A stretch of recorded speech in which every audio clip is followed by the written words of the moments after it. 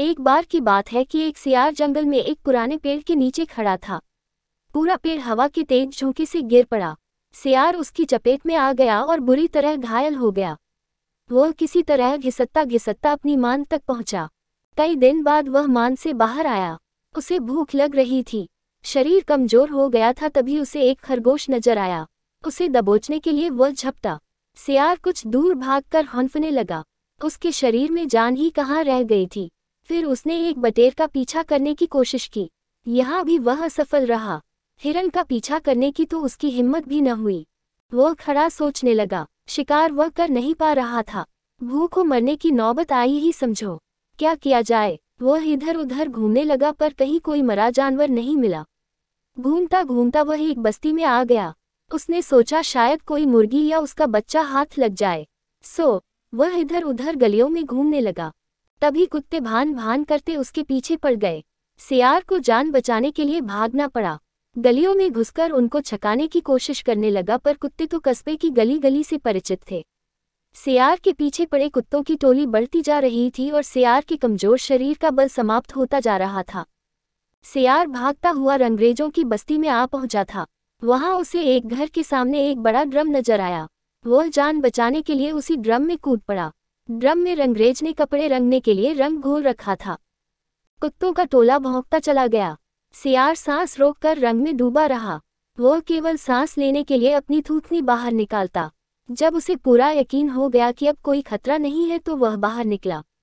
वह रंग में भीग चुका था। जंगल में पहुंचकर उसने देखा कि उसके शरीर का सारा रंग हरा हो गया है। उस ड्रम में रंगरेज ने हरा रंग घोल रखा था। उसके हरे रंग को जो भी जंगली जीव देखता वह भयभीत हो जाता। उनको खौफ से कांपते देखकर रंगे सियार के दुष्ट दिमाग में एक योजना आई।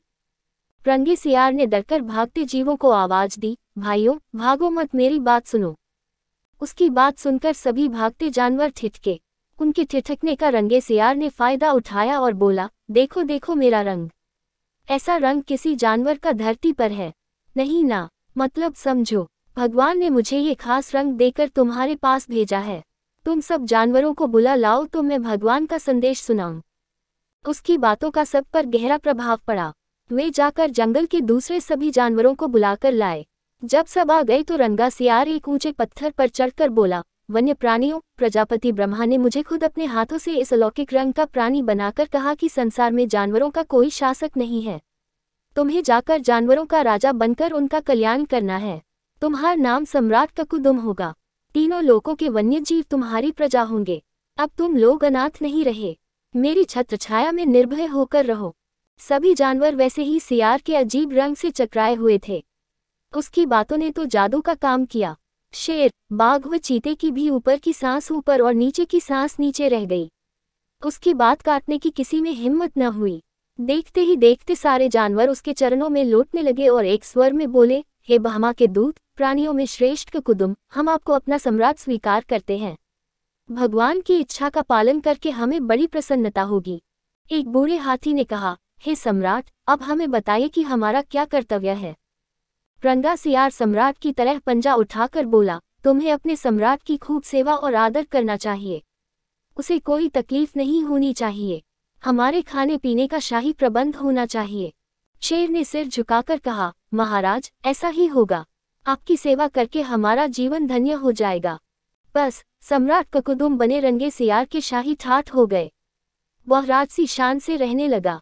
कई लोमड़ियां उसकी सेवा में लगी रहती, भालू पंखा झुलाता। सियार जिस जीव का मांस खाने की इच्छा जाहिर करता, उसकी बलि दी जाती। जब सियार घूमने निकलता तो हाथी आगे आगे सूंड उठाकर बिगुल की तरह चिंघाड़ता चलता। दो शेर उसके दोनों ओर कमांडो बॉडीगार्ड की तरह होते। रोज ककुदुम का दरबार भी लगता। रंगे सियार ने एक चालाकी यह कर दी थी कि सम्राट बनते ही सियारों को शाही आदेश जारी कर उस जंगल से भगा दिया था। उसे अपनी जाति के जीवों द्वारा पहचान लिए जाने का खतरा था। एक दिन सम्राट ककुदुम खूब खा पीकर अपने शाही मांद में आराम कर रहा था कि बाहर उजाला देखकर उठा। बाहर आया तो चांदनी रात खिली थी। पास के जंगल में सियारों की टोलियां हु एस की बोली बोल रही थी। उस आवाज को सुनते ही ककुदुम अपना आपा खो बैठा। उसके अंदर के जनजात स्वभाव ने जोर मारा और वह भी मुंह चांद की ओर उठाकर और सियारों के स्वर में मिलाकर हु करने लगा। शेर और बाघ ने उसे हु करते देख लिया। वे चौंके। बाघ बोला, अरे ये तो सियार है, हमें धोखा देकर सम्राट बना रहा। मारो नीच को। शेर और बाघ उसकी ओर लपके और देखते ही देखते उसका त्या पांचा कर डाला। सीखा, नकलीपन की पोल देर या सबेर जरूर खुलती है।